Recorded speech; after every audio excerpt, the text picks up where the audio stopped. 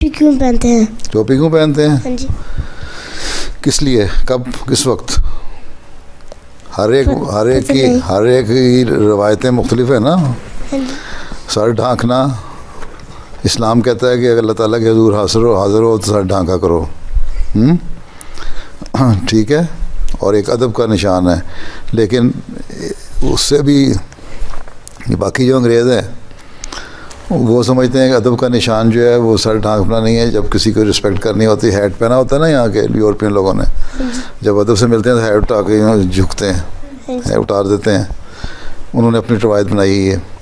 لیکن جب اس سے بھی بڑا مقام جب ہوتا ہے اللہ تعالیٰ کے حضور حاضر ہونے کا، اور بالکل انسان اپنا سب کچھ بھول جاتا ہے، وہ عبادت کون سی ہے؟ وہ حج کی.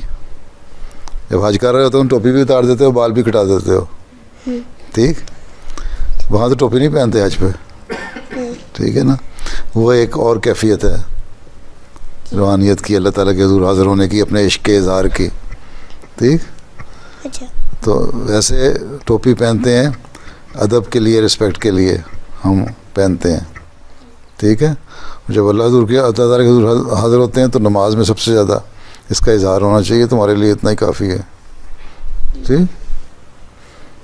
لیکن بعض عرب مسلمان لوگ ہیں، قومیں ایسی ہیں جو ٹوپی کے بغیر نمازیں پڑھتی ہیں.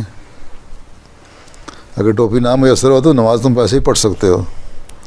اگر ٹوپی مل جائے تو اچھی بات ہے. ٹھیک.